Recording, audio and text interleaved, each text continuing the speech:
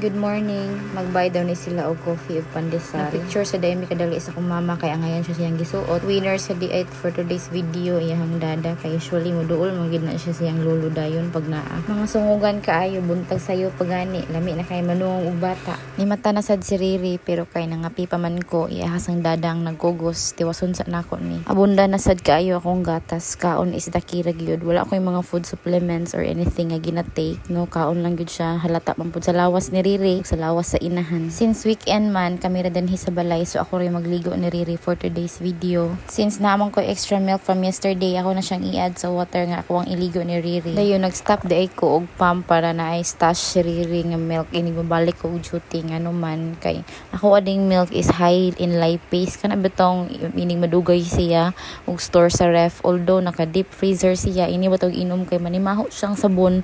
So dili ganahan si Riri mututoy sa ingon ana nga milk. Basta may gitong fresh pump or latch gid directly kay fresh kayo ang milk. For now wala pa ko ka-decide basin mag formula milk siguro ni or mag-pump ko pero dili siya ipundo og pila ka months no. Tan-awon lang sa. While nagnap si Riri, nag-breakfast sa day siya Shiv. Kabalo man ni siya mukaon og siyara pero kalat pangud kaayo nya mahal bi kayo ang bugas ron sayang kaayo ang mga agas. Right after nag-breakfast niya Shiv, naghugas pug ko sa mga kinan-an ganina pa ning buntag kinaulahi mangud ni kaon siya Shiv mao to nga nadaghan ang hugason. Gaplano pagani ko di after ani nga manlaba ko tiwason ako tong ako ang nilabhan gahapon pero sakit kay akong likod yun especially today. Lahi gyud ning CS ta kay murag lami na kay ipatangtang ang likod. Man ta makapalit og bag-ong likod ani oy no.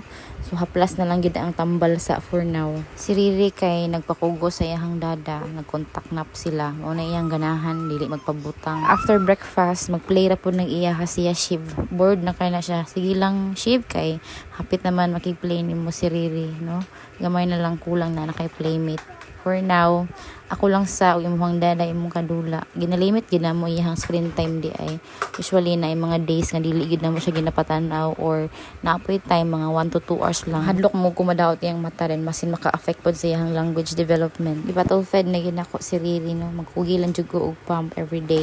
Murag bag-o ra man to ni kaon breakfast siya. Siya gutom na pod siya. Mga bitaw to nga gipurga na mo kay feel na mo gibitok kasi kaon pero way tambok-tambok. Ikaduhan na ni nga nap ni Riri pero kana siya Shiv kasara na siya magnap sukad kuan to siya nag 1.5 years no kasi na lang siya matulog sa usa ka adlaw usahay tag 3 hours pod ato ni aging adlaw na abtan gani 4 hours napoy time nga 1 hour lang nakamata dayon so mao lang na ganap for today ikapoy lang gid ko murag walay kabutangan ang kakapoy rong adlaw. Thank you for watching.